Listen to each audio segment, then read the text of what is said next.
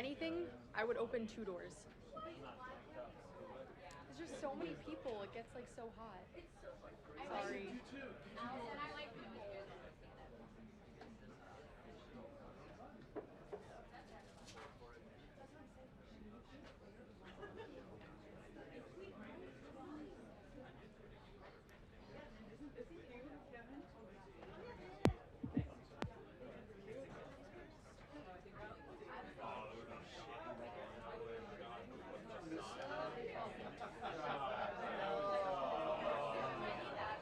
Do it again. It's crooked.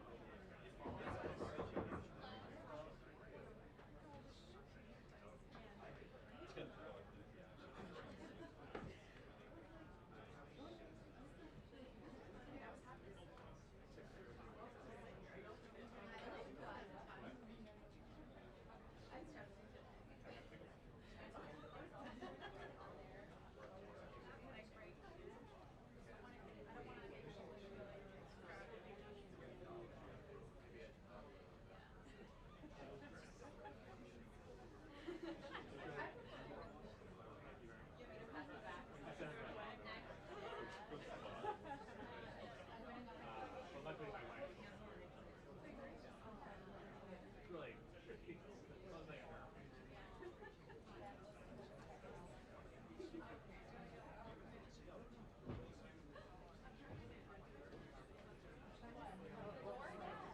What's the best spot?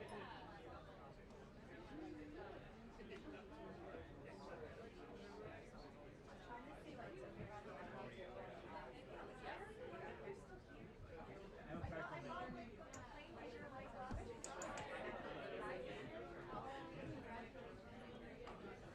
I'm still waiting to talk to Dave about it. Once you hear about it.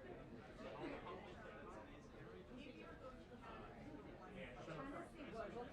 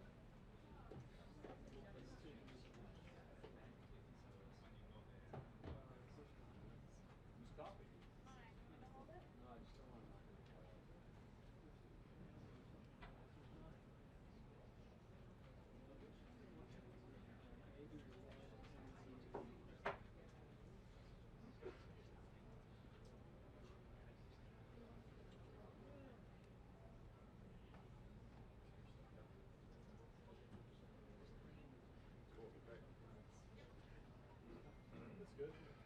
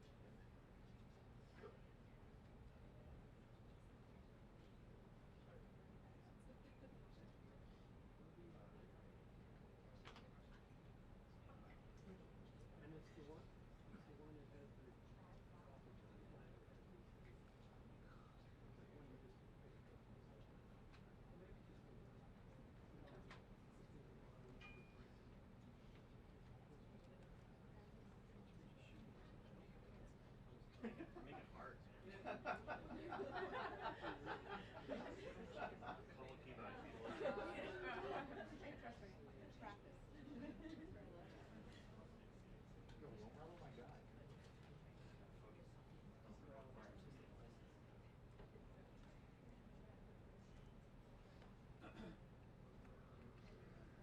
I believe twice you can do that.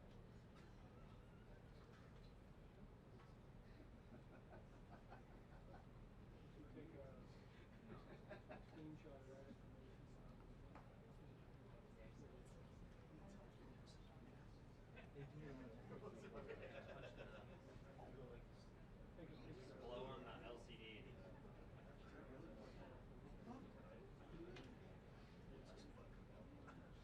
Yeah. No, you did one of these. What was that? Collapsed it. I'm just going this. Oh, yeah. That's how I shoot. Or I could unplug on this side. I could just yank the cord.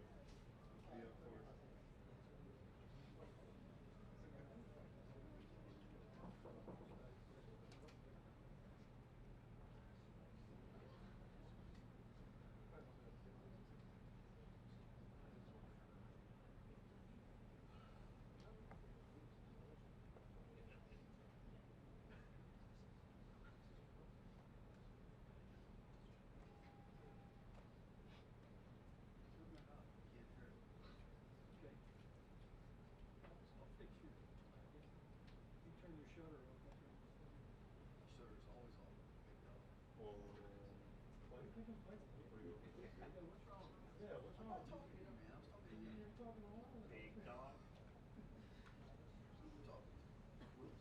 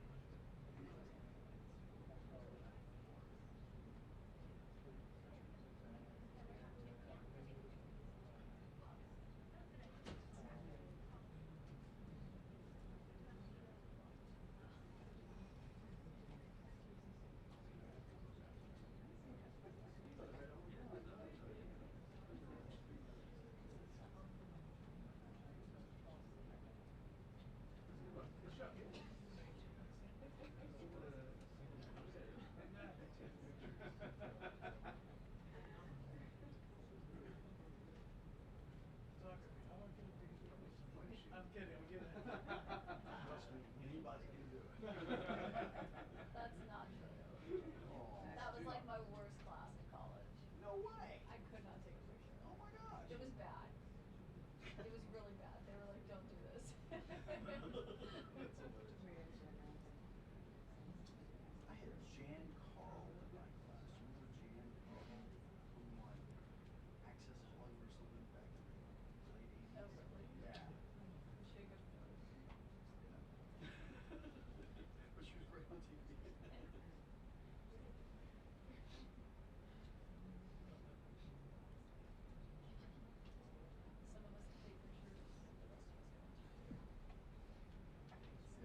It's the other way around.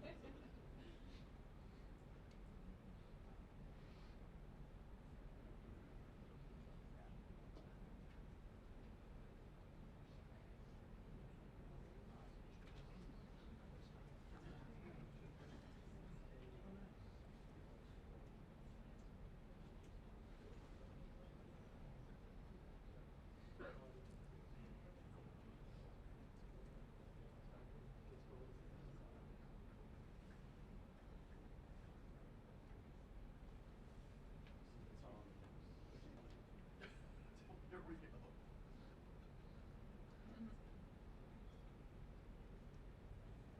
You know, they make these things like that right now. And you can actually, That's what this is. why don't you put that thing on there? It limits his art. Because then I You can't go. and just come right off it without people clacking. Lackings. Click by.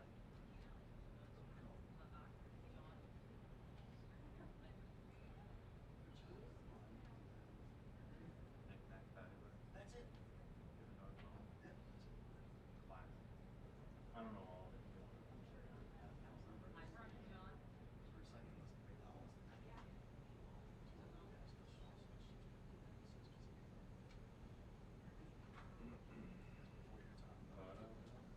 That's all, yeah. They thumbs it down for us.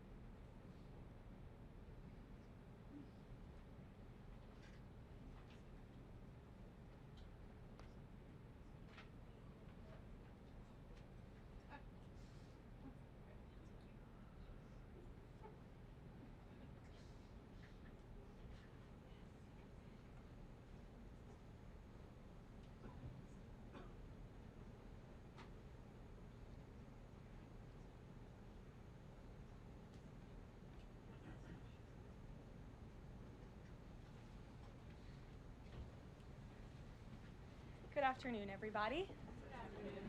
I brought a very special guest with me today, as you can see, Secretary McMahon. So I will begin my remarks. She's going to speak, and then we'll take some questions. She'll take questions, and I'll take questions from you as well.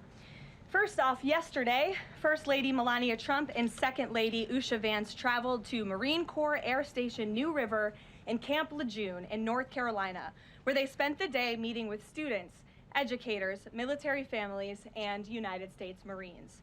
Both the First Lady and Second Lady were grateful for the warm welcome and remain deeply committed to supporting military families and the communities that serve our great nation. May God bless all of them. In economic news, the September jobs report showed the American economy remains strong, with 119,000 new jobs added, more than double expectations. These gains came after the summer passage of President Trump's historic tax cuts and multiple big trade deals with countries around the world. In particular, construction jobs surged by 19,000 in September, the largest monthly gain in a year. Nearly all of this solid monthly job growth came from the private sector and went to Americans rather than foreign-born workers, the opposite of what we saw under the previous administration. Inflation also remains under control, and wages are up by 3.8% over the year for American workers because of President Trump's pro-growth policies. In fact, real wages are on pace to increase roughly $1,200 for the average worker this year under President Trump. This is a complete reversal of the failed Biden era, when we saw inflation skyrocket to 9%. Causing private sector workers to see their wages decline by approximately $3,000. We know that Americans are still hurting from the 4-decade high inflation caused by Joe Biden and the Democrats, but President Trump is making significant progress to fix this, and he will not stop working until he solves it. As the president recently stated, he is never satisfied. For example, President Trump's policies are working to make Americans' Thanksgiving more affordable this year, from their commute to the dinner table. Nearly 100 million Americans are expected to drive next week to spend time with loved ones for the holiday. And thanks to President Trump's drill baby drill agenda, the national average price of a gallon of gas on Thanksgiving Day is projected to be at the cheapest price since the COVID pandemic in 2021. President Trump is bringing down gas prices and providing significant savings to American families at the pump. And again, we expect those prices to continue to decline. According to the American Farm Bureau Federation's annual survey, cooking Thanksgiving dinner will also cost less this year than it did last year and is down about 5% overall. The average price for a staple of the meal, a 16-pound frozen turkey, is down more than 16% from last year, which will provide critical savings for families and their budgets. President Trump's entire economic agenda is aimed at putting more money back into the pockets of hardworking Americans. That's why he signed the largest middle tax cuts in history into law, from no tax on overtime, no tax on tips, to no tax on Social Security. And according to a new study from Piper Sandler, which is out this week, tax filers can expect an extra $1,000 bump to their tax refund next year, and what could be a record-breaking tax refund season. So there is more good news to come. We know these refunds will make a huge difference for Americans to help pay down their bills and use towards life's expenses. In other news this week, President Trump took a significant step toward delivering on a core campaign promise to finally close the Department of Education. To shrink the bloated federal bureaucracy, the Department of Education just entered into new interagency agreements with 4 agencies: the Departments of Labor, Interior, Health and Human Services, and State. These agencies will now ensure the delivery of legally required programs while also refocusing them to better serve students. This common sense action brings the Trump administration much closer to finally returning education where it belongs, at the state and local level, not in Washington, D.C. The Democrats' reckless 43-day government shutdown did manage to do one valuable thing. It proved that America does not need a federal Department of Education. During the longest shutdown in history, the Department of Education furloughed 90% of its staff, and America's education system was not impacted whatsoever. Schools stayed fully open across the country. Students attended class and received normal in-person instruction, and our wonderful teachers received their paychecks uninterrupted. The Democrats' government shutdown made it painfully obvious that American families do not need the Department of Education. Since its creation in 1979 during the Carter administration, the Department of Ed has spent over $3 trillion taxpayer dollars without improving student achievement. Despite pure pupil spending having increased by more than 245% since the 1970s, math and reading scores are down in public schools. In fact, the most recent Nation's Report Card from 2024 showed that 13-year-olds' math scores are the lowest they've been in decades, and their reading scores are the lowest since testing began more than 30 years ago. It's clear that throwing more money at a broken system does not work, and that's why President Trump appointed the amazing leader behind me, our Secretary of Education, Linda McMahon, who is making these monumental changes at the direction of the president. We're very grateful to have you here today to talk about these changes and then take some questions. Hopefully folks in this room will have some questions on the very important topic of education. So please, Mrs. Secretary. Thank you. Thank you very much, Karoline. It's really a pleasure to be here with you today, and thank all of you for being here as well. My purpose here is to speak directly to the American families, not just you, but to the American families, about the work this administration is doing in education to reverse our national decline with a hard reset of our educational system. That reset was a top campaign promise from President Trump to send education back to the states and end Washington's micromanagement of education once and for all. This week we took the most decisive steps thus far to make good on this promise to you. We have linked 6 groundbreaking partnerships with other federal agencies to delegate education department programs that are redundant with existing programs at Labor, State, Interior, and HHS. These interagency agreements to cut our own bureaucratic bloat are a key step in our efforts to shift educational authority from Washington, D.C. to your state education agency, your local superintendent, your local school board, entities that are accountable to you, and we encourage parents to always be involved. Cutting federal bureaucracy is never a popular move among D.C. insiders. A chorus of anti-Trump voices have come out of the woodwork to complain that we are defunding education, harming students, or acting without a plan. This could not be further from the truth. The majority of Americans across the country handed to President Trump the popular vote precisely because they have seen the brokenness of a top-down education system run by the federal government. They're painfully aware that only 3 out of 10 students can read proficiently at their grade level. They know that college students are collectively $1.7 trillion in debt, and less than half of college graduates get a job that actually uses the degree which they studied so hard to get. They see more teachers than ever before leaving the profession due to burnout, over-regulation, and lack of autonomy in the classroom. Anti-Trump voices are stirring up fear that returning education to the states is a draconian action. When Americans hear that we are shutting down the department, but given no other details, 51% oppose it. But when those same Americans are informed of our plans to preserve important elements of our work in other federal agencies and to maintain the K-12 funding that is distributed to the states, that number flips to an even greater majority at 56%. They support returning education to the states and breaking up the bureaucracy. That's because the Department of Education is a pass-through entity. It doesn't educate a single student. The money it sends to states for education can be sent directly without waste. The Democrats' government shutdown proved that without a doubt, and I'll reiterate what you said, that the Department of Education was not necessary during the shutdown.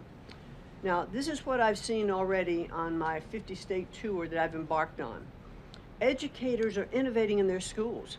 States are customizing their budgets and standards, and post-secondary institutions are planning for the economy of the future. But we're not leading them. They are informing us.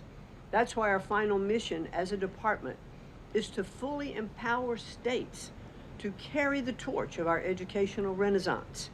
Education is local. It should be overseen locally by those who best know local needs.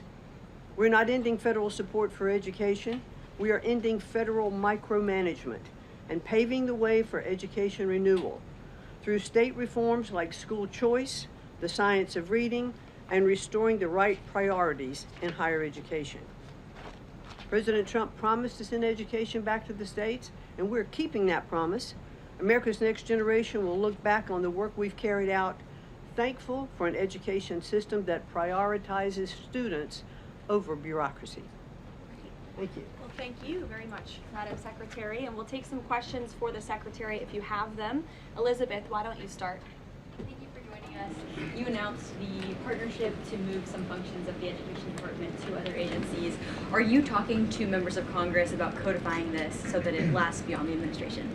Yes, we started our conversation, and thanks very much for asking that, because there have been some reports that Congress is in the dark on this. That's clearly not true. We've been talking to, I've talked to dozens of members of Congress to explain to them exactly what we're doing, to bring them up to speed, and to say to them, look, when we have completed some of these transfers that are working incredibly well, then we will be looking to Congress to codify those, make them permanent. Brian. Thank you. Secretary McMahon, what is the update on the negotiations with Harvard? I know the president has publicly pointed to you as somebody who's worked on that. I think you've talked about that at length, but I'd like to understand where are things with those negotiations with Harvard this time? They're ongoing negotiations, and I feel very comfortable that we are getting close to having those negotiations finalized. It's been open door conversation all along. Deanna? Hello, Mrs. Secretary. The President recently posted about establishing a federal standard for AI. Do you know if the administration has a view on the use of AI for students in schools? And Karoline, do you know if the President personally uses AI? I don't think so. You can handle that I've never one. witnessed it, so I can't attest to that. Well, I do think AI is going to need guardrails, but I have witnessed AI firsthand. I was at the Alpha School in Austin, Texas, and the first 2 hours of every day in that school, students are learning through AI. They have their headsets on, they're in front of their screens, and the AI is really acting as like an individual tutor for those students, allowing those students that can progress faster to do that. Those who need a little catch up, it refeeds information to them. And so after those 2 hours of learning, the basics of what they're doing in their curriculum that day, then they spend the rest of the day, I mean, they have good recess and all of that time, but then they spend the rest of the day in what are called life skills, and they're actually using the information that they've learned this morning. So I've seen some AI in action that is really proving quite beneficial. Michael. Thank you, Caroline. Secretary McMahon, as the Education Department continues to pare down, can you talk about taxpayer services like charter school grants and how the department will continue to assist kids with special needs? Well, we are going to make sure that there's no interruption in getting that grant money out the door. I mean, that money is, it comes from Congress, it's appropriated by Congress, and we legally are obligated to do that. And the transitions we're starting to make, our first programs that went over to the Department of Labor, that was a few weeks ago. We actually signed the first interagency agreement, which we accomplished under the authority of the Economy Act. We transferred grants for WIOA and for the Perkins Act. And the really good news is that the Department of Labor has a much more sophisticated system, technology system and grant fulfilling system than the Department of Education does. As a matter of fact, our executive manager that went over with that group over to Labor said he would compare what the labor system is to education's like held together by bubble gum that is not connected to any other part. So we were able to get those grants out the door more smoothly, and states have actually better access for those systems than they do at the Department of Education. So that's a real bonus. Take a couple more. Carrie, go ahead. As far as the diversity, equity, and inclusion new regulations that came out from the administrations, a lot of schools, whether high school or even higher education is concerned, some of them are defying these new administration policies, even apparently according to a new report. I'm sorry, I can't hear you. As far as there's been a new report from the administration saying that half of medical schools are defying the administration. when it comes to DEI policies. What type of action will the administration take for these schools that are defying the new DEI policies? Well, certainly the president has been very clear, and the Department of Education has taken measures to make sure that as schools are developing, their policies, or if they have open DEI offices, they're closed, or DEI regulations and rules are stripped, from their programs, and so that will continue. Great. We'll take one more. Go ahead. Thank you, Caroline. Secretary McMahon, my question is, since you said 3 out of 10 students are literate with regard to their reading capacity, would now the states help to improve those numbers since you have gone back to the states? Well, what we are finding that the states that are making great progress, it's through their own innovation. It's not coming from the Department of Education. I think the Department of Education is really misunderstood about what our function is. We don't teach one student. We have nothing to do with the curriculum that are in any states. We are a pass-through pathway from money that's appropriated by Congress to get, to the states. But what we have seen in those states that have taken that initiative and they are embracing the science of reading and returning that into their school programs. Louisiana has done it. Mississippi, they call it the Mississippi Miracle, because they were I think bottom or next to last in reading proficiency in Mississippi. And now they're middle of the pack, which has been a really big jump. Florida has, Iowa has, Tennessee. But these are innovations that are done at the state level. This is not anything we're dictating, and that's why I'm saying returning education to the states where they really are already leading in their education endeavors, and 90% of their budget they provide. The federal government only provides 8 to 10% of the budget for education, so let's make sure that that grant money that's coming from the federal government is getting in their hands as efficiently as possible and getting to students. We don't want teachers having to spend their time and money in regulatory compliance. There was one superintendent chief who said to me that they had done some calculation in their state, and that for every dollar that went into the classroom in a grant, 47 cents was spent in regulatory compliance. So let's get the money into the hands of our students and our teachers. Let's raise the level of education. The other thing I'll do, and I'll quickly wrap up for you, is this 50-state tour that I have embarked on. We've done about 14 states. We've shut down a little bit during the shutdown. But what I am doing is visiting different kinds of schools, grammar schools, middle schools, high schools, micro schools, private schools, charter schools, the whole gambit. And in the end, my goal will be, as we step away and fully deliver education back to the states, is to provide them with a best practices toolkit of all of the things that I have seen around the country to say, hey, this is working. Check with these superintendents, check with these governors. And what I found a little bit is governors are a little competitive. So it's kind of nice to give some of these best practices out there. It'll work because it's already working. If we leave it with the people who are closest to the students, the president believes, as do I, the best education is that's closest to the child, and parents' involvement is critical to the success. Awesome. Thank you so Thank much. you, Linda. It's a Thank you pleasure. so much. Thank I you. appreciate your coming All right. today. Thanks for your great work. Whoops. And Thank she's you all very much. a busy lady, so we'll let her Come get on. back to work. All right. Thank you again. Well, let's get to it. You guys were so calm with her. I wish you were that calm with me. We'll kick off with our new media seat, as always. Javier, why don't you start us off, and then we'll get to the rest of the room. Go ahead. Thank you very much. My name is Javier Negre. I'm from Spain. I'm the owner of the biggest media platform in Hispanic politics, with brands like La Derecha Diario, Ida TV, or UH Plus, or Vicegrad in Spanish.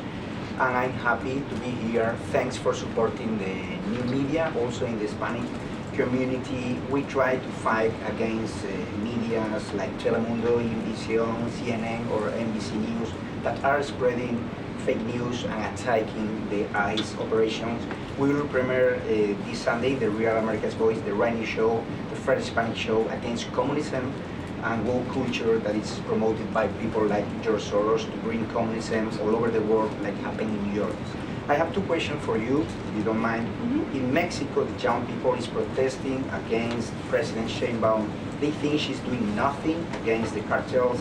Sheinbaum used the police to attack them, young people, kids, girls, and she's attacking journalists like me in a country where 150 journalists have been killed in the past years. the USA legacy media is attacking President Trump for his comments about the fake news media, while they are not publishing anything about the murders of journalists in Mexico. Why do you think they stay silent about the murders of journalists in Mexico and the attacks to businessmen like Ricardo Salinas? And my second question is, Trump said he has a plan for the narco state of Venezuela. Does he have a plan for Mexico where, according to Stephen Miller, the cartels are controlling governments and territories? Sure. Well, thank you, Javier, for the question, and thank you again for being here. We're proud to have new media voices in the briefing room. As for President Sheinbaum and the president's relationship with Mexico, I will tell you that we have seen historic strides from President Sheinbaum and her administration in Mexico when it comes to cracking down on the cartels. They have been incredibly cooperative with the president's efforts at our southern border to crack down on illegal immigration and also the illegal trafficking of drugs at the southern border.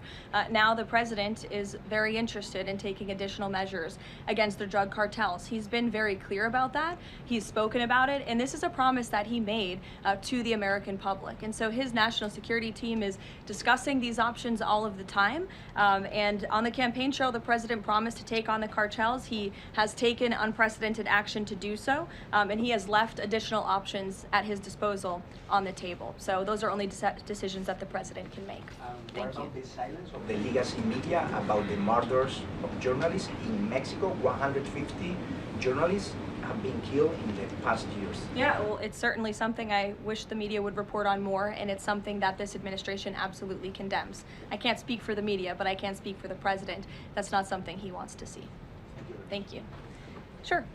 Hi, thank you, Caroline. Hi. Is there anything that Mayor-elect Mamdani could say tomorrow that would ease the president's concerns about his future leadership in New York?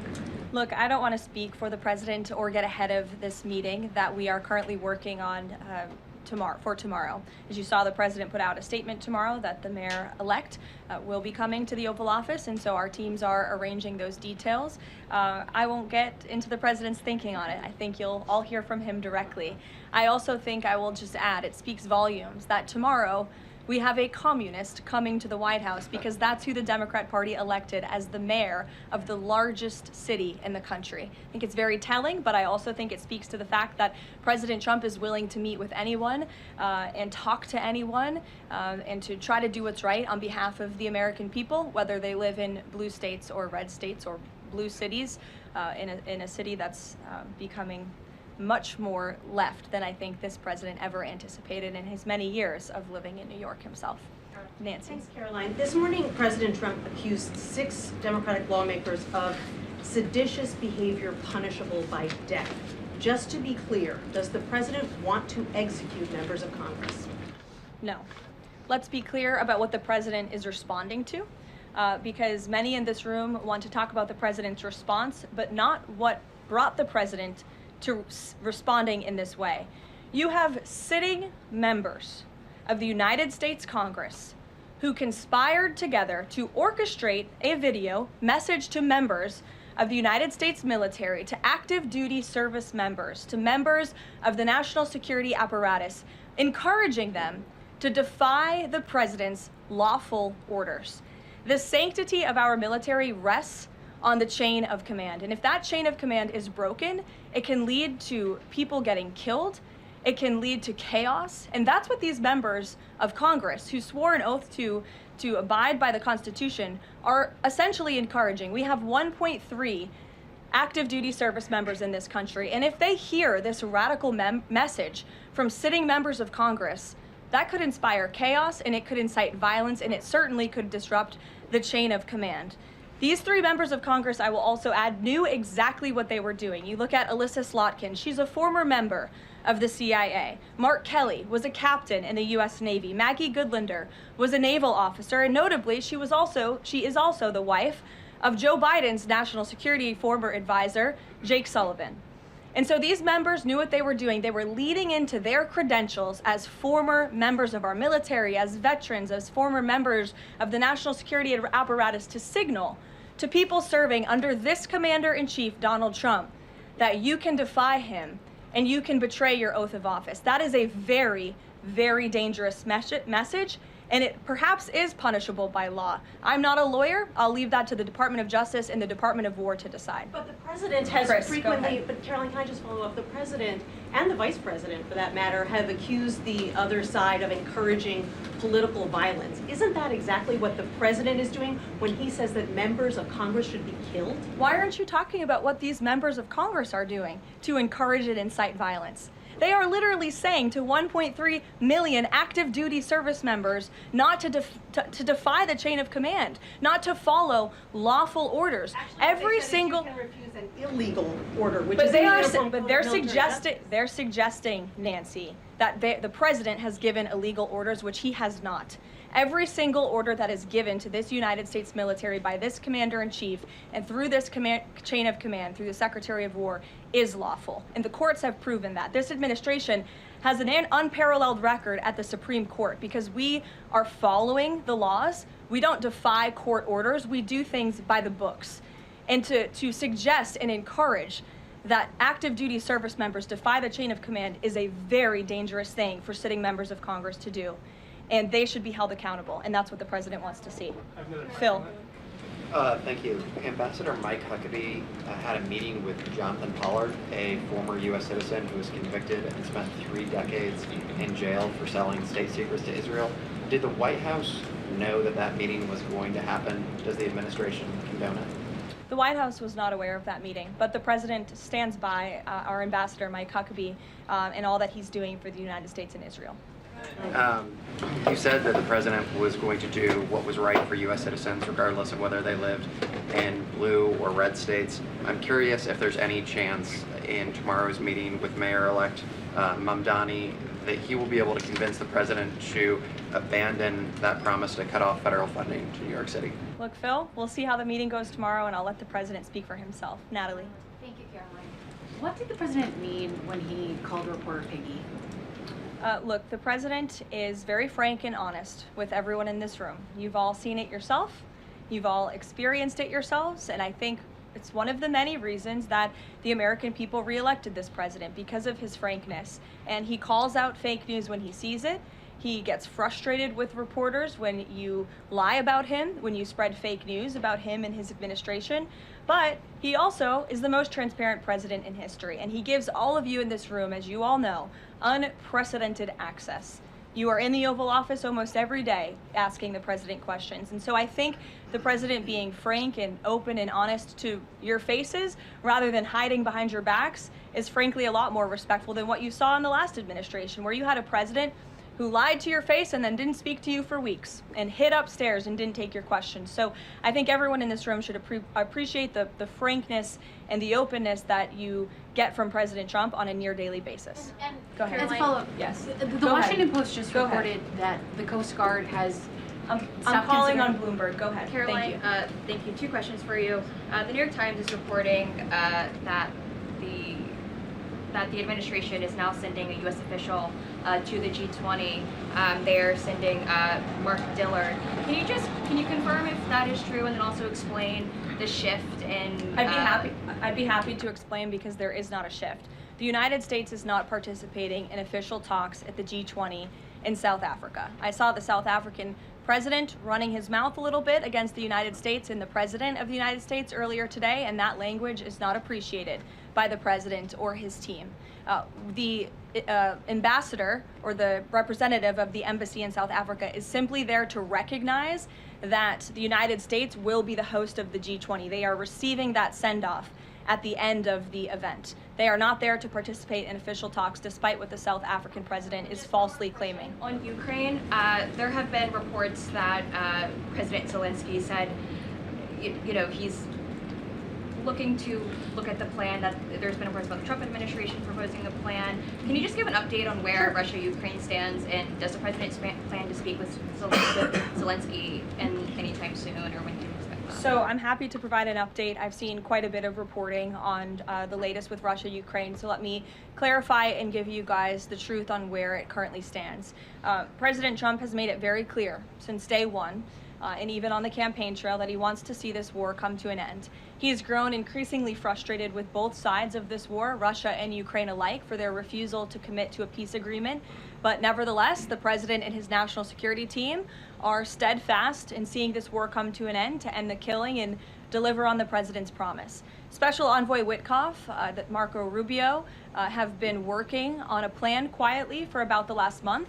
They've been engaging with both sides, Russia and Ukraine, equally to understand what these countries would commit to in order to see a lasting and durable peace. That's how you get to a peace negotiation, right? That's how it worked with Israel, with respect to Israel and Gaza and all of the Arab countries in the Middle East. That's how we accomplished that historic agreement, which the UN, by the way, voted to commit to and accept this week, which was a huge monumental moment.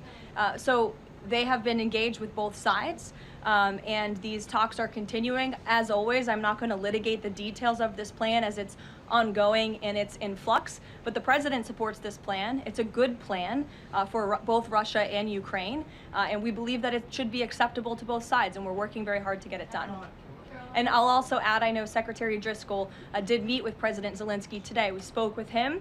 He was very optimistic following that meeting. And so again, we are having good conversations with both sides with respect to ending this war. Sure, go ahead. On Ukraine, you said this is a good plan. So according to our sources, this proposal demands major concessions from Ukraine and doesn't demand much from Russia. So was Russia involved in drafting Your this? understanding is wrong. Have you read the full plan? You haven't. Sources said. Yes. So if you can give details, maybe. You've read reporting from one side of the war, and so I want you to understand that the administration has talked equally with both sides. You have seen President Trump engage directly with both President Putin and President Zelensky. Likewise, his national security team has as well. In fact, Special Envoy Witkoff and Secretary Rubio met with some of the Ukrainians just in the past week to discuss this very plan. And so just like you saw with respect to Israel and Gaza, we are hearing out both sides of this war to understand what can you commit to end the war. And that's ultimately how we are going to get to an agreeable solution. That's what the president has directed of his team. I know there's a lot of criticism out there and a lot of doubters, but I would just remind you of the historic success that this president and his team accomplished in the Middle East. We believe that is possible with Russia and Ukraine, and we're hoping and working very hard to achieve that. Stephen. Could you provide a little more context on what to expect tomorrow with the Mamdani meeting? Will it be in the Oval Office, or is it going to be open at least partially to the press? I don't have any more details to read out for you on the meeting quite yet, Stephen. I know it's of great interest to you and the New York Post, but we'll keep, maybe if it opens, we can commit to letting you in. Sure, go ahead. Thank you, Karoline. It came up yesterday during a confirmation hearing for the president's pick to lead the CFTC that the CFTC currently has 0 Democrat commissioners, whereas usually it's had 2 or more.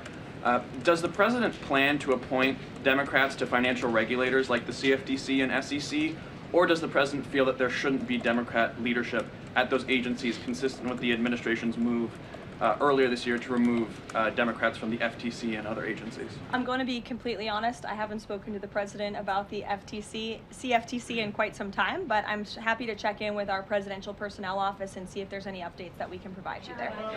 Sure. Thank you, Caroline. Last week on Fox News, President Trump said that we've had a lot of problems with the French. How would you describe the current relationship between France and the U.S.? Look, the relationship remains very strong. President Trump speaks quite frequently with Emmanuel Macron. I think they have a good working relationship.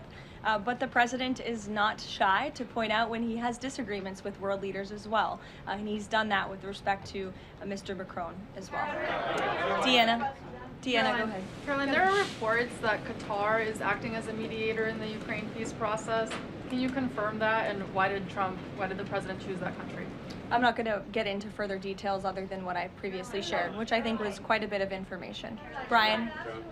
Thank you, Caroline. 2 questions. We were talking about 4 earlier in this briefing about the president's orders. You were going back and forth about what the ad said and what it didn't say. My first question is... The ad? The advertisement that the Senate Democrats were featured in. So the first question is, no matter what the order is, it could be to any administration official, military or otherwise, no matter if legal experts might think it's illegal, does the president expect those cabinet members, administration officials to go ahead with those orders regardless of any outside thinking or experts? The president expects his cabinet officials and the administration to follow the law and to demand accountability and hold people accountable for their dangerous rhetoric. And I would just add that if this were Republican members of Congress who were encouraging members of the military and members of our United States government to defy orders from the president and from the chain of command, this entire room would be up in arms. But instead, it is the other way around, and I think that's quite telling. I'm going to let you all go because the president,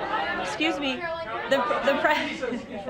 I appreciate the encouragement this morning, but this afternoon. But President Trump is about to meet in minutes with Israeli hostages who this administration freed, and so I'm going to go up to that meeting, and you will hear more about that later. Thank you. Misquoted Democrats in that video. That's actually not what they said.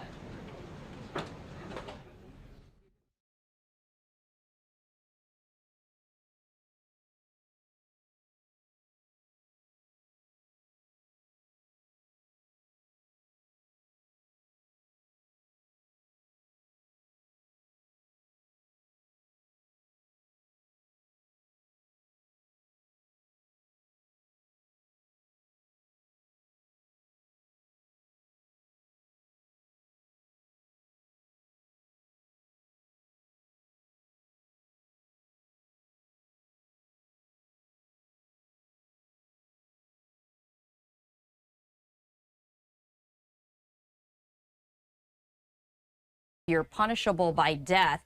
And we were hearing some of the questions from the media about this. The reason why I'm sharing this live look with you is this is a gaggle of the media outside the Capitol steps right there, as we are expecting Senator Schumer to talk about these very remarks. So I did want to share that with you. Now, we haven't yet seen Senator Schumer walking outside, but we do see a lot of the media waiting for his arrival, as we are expecting him to respond to this. Meanwhile, as we do await his arrival, I did want to share this with you as we are continuing to get reaction from lawmakers. And this is from Pennsylvania Governor Josh Shapiro saying Donald Trump called for violence this morning against duly elected members of Congress, including two outstanding members of Congress from Pennsylvania who have fought for our country. Not only has the president failed in his responsibility to lead this country, he is actively encouraging political violence once again, ratcheting up the real risk of danger to our elected leaders and deepening the divides in our country. The sycophants and enablers the president surrounds himself with are quick to condemn language like this when it suits their political purposes. But in moments like this, they remain silent. There should be no place for this violent rhetoric from our political leaders, and it shouldn't be hard to say that. So I did actually want to pull out exactly what President Trump shared on Truth Social. This is the post. He said, seditious behavior punishable by death. So that is what he posted on Truth Social earlier today. There was a lot of questioning with White House spokesperson Karoline Leavitt about that very post right there. But I did want to bring out back this live look, as we are expecting to hear from Senator Chuck Schumer, a Democrat from New York, who is expected to respond to that social media post. So we're just waiting right now. We're expecting this to happen at any moment. This is a live look actually outside the Senate Security Shack that we're waiting on right now. So we're just going to hang on this for just a moment to see if Senator Schumer is arriving. We do see some folks maybe walking towards something or someone. At least the camera's not really following those folks right there, but we're just going to hang on this for just a moment as we continue our coverage.